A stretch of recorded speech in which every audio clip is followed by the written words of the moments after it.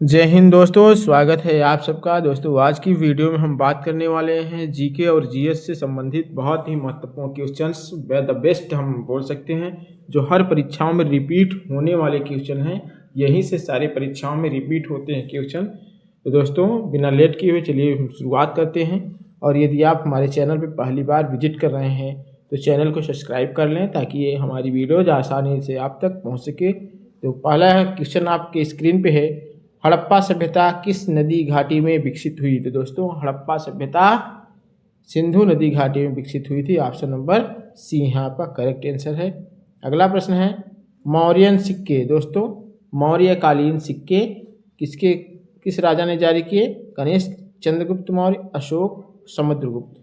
तो मौर्यकालीन सिक्के ये चंद्रगुप्त मौर्य के द्वारा जारी किए गए थे। कहीं कहीं दोनों लोगों का ऑप्शन मिलता है, चंद्रगुप्त मौर्य, अशोक का भी नाम आता है। तो यहाँ पर ऑप्शन आपका बी करेक्ट है दोस्तों, मौर्यकालीन सिक्के चंद्रगुप्त मौर्य ने जारी किए थे। अगला प्रश्न है, अशोक का धर्मलेख किस लिपि में मिलता है? दोस्तों तो अशोक का धर्मलेख किस लिपि में मिलता है? ब्राह्मी, देवनागरी, प्राकृति, शारदा। तो अशोक का धर्मलेख ब्राह्मी लिपि में मिलता है। ऑप्शन नंबर ए आपका करेक्ट आंसर है। अगला प्रश्न है, कह रहा है कि गांधार कला किस धर्म से संबंधित है? तो दोस्तों गांधार कला आपका बौद्ध धर्म से संबंधित है। ऑप्शन नंबर बी सही आंसर है दोस्तों। अगला प्रश्न है, गांधी जी ने पहला सत्याग्रह कहाँ किया? तो दोस्तों गांधी जी ने पहला सत्याग्रह कहाँ किया? कमेंट करके जरूर बताइएगा। तो चंपारण में किया था। Option number A is the correct answer है। अगला प्रश्न है, भारत छोड़ो आंदोलन कब शुरू हुआ? तो दोस्तों भारत छोड़ो आंदोलन सन 1942 में शुरुआत किया गया इसका। ऑप्शन नंबर बी यहाँ आपका सही है। Option number B is the correct answer. Bharat छोड़ो आंदोलन की शुरुआत 1942 ईस्वी में की गई। अगला प्रश्न है, अमरावती स्तूप किससे संबंधित है? दोस्तों अमरावती स्तूप बौद्ध धर्म से संबंधित है। Option number C is the correct answer. अगला प्रश्न है, मोहनजोदड़ो को क्या कहा जाता है? दोस्तों बहुत ही मोस्ट इंपॉर्टेंट क्वेश्चन है। मोहनजोदड़ो को मृतकों का टीला कहा जाता है। दोस्तों ये बहुत इंपॉर्टेंट क्वेश्चन है। मृतकों का टीला इसलिए कहा जाता है क्योंकि यहाँ पे कई सभ्यताएं एक के ऊपर एक बसी हुई हैं, इसीलिए इसको मृतकों का टीला कहा जाता है। किसको? मोहनजोदड़ो को दोस्तों। अगला प्रश्न है, 9 नंबर क्वेश्चन है, कह सिकंदर और पोरस के बीच युद्ध कहाँ हुआ? दोस्तों तो सिकंदर और पोरस के बीच में युद्ध किस जगह पे हुआ था? कमेंट करके इसका उत्तर आप सब भी बताएंगे।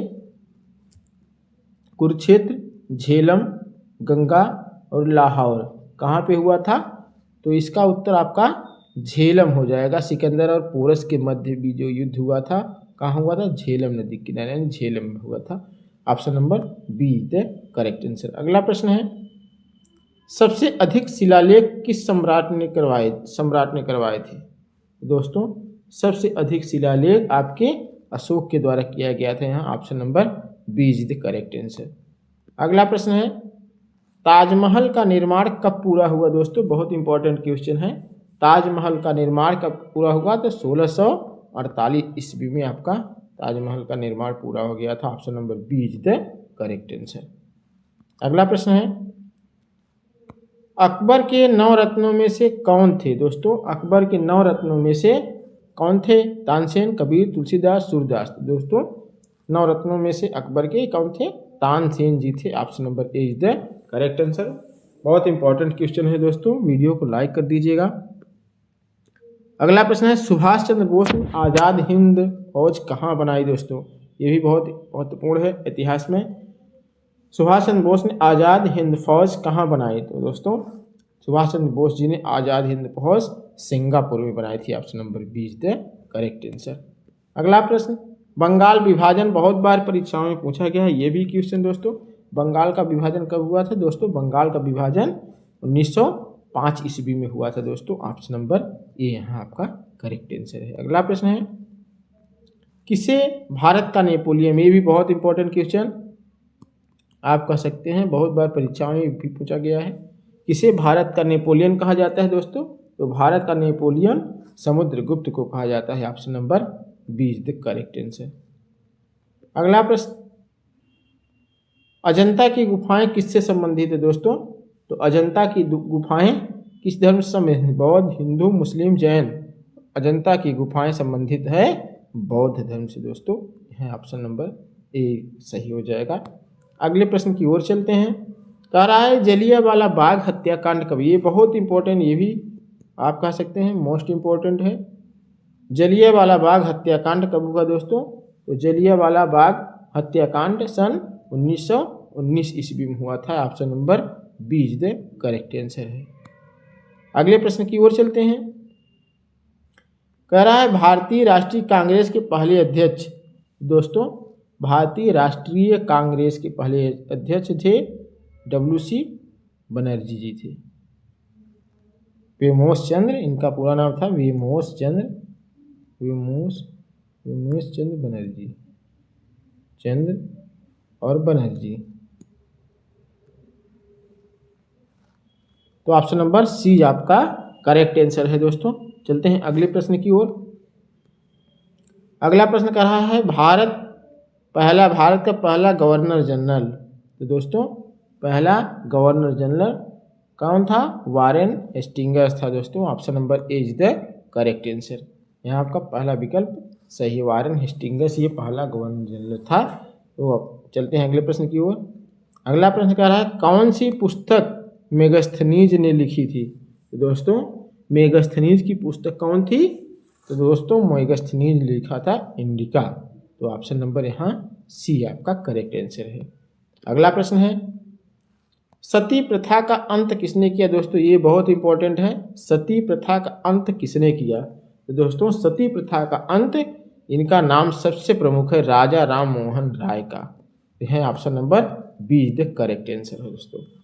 सती प्रथा का जब भी अंत का नाम आता है तो किसका नाम आएगा? राजा राम मोहन राय का दोस्तों। तो option number B is the correct answer. अगला प्रश्न है